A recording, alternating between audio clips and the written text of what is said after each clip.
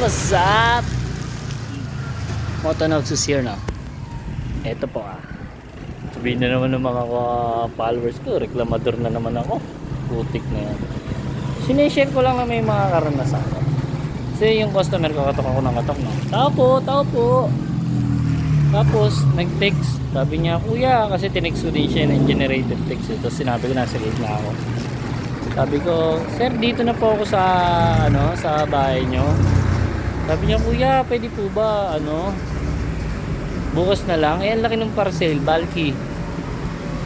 Tapos pag silip sa bahay nila, andun siya. Putik na yan. Ano sabihin, walang pambayad nang makancel na lang agad.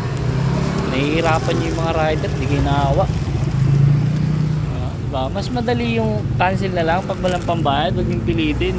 Order kayo ng order, wala naman yung pambayad. Sabihin na naman ng mga basher ko, iyakin ako.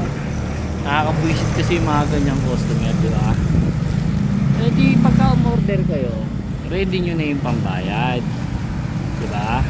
Mare, may order kayo ngayon, ready nyo yung pambayad. Huwag kayong aasa kung kailan lang kayo magkaroon ng pera, tapos pag dahil dyan na yung order at kayo agilap ng pera, mangungutang kayo sa kapitbahay, makikisuyo kayo sa kapitbahay. Huwag ganun, ready nyo yung pera.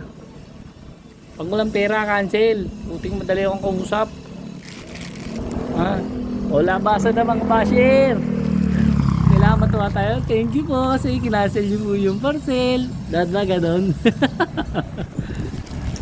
Pagka may order, ready pambayad. Prepare nyo. Itabi nyo. Kano yun, boss?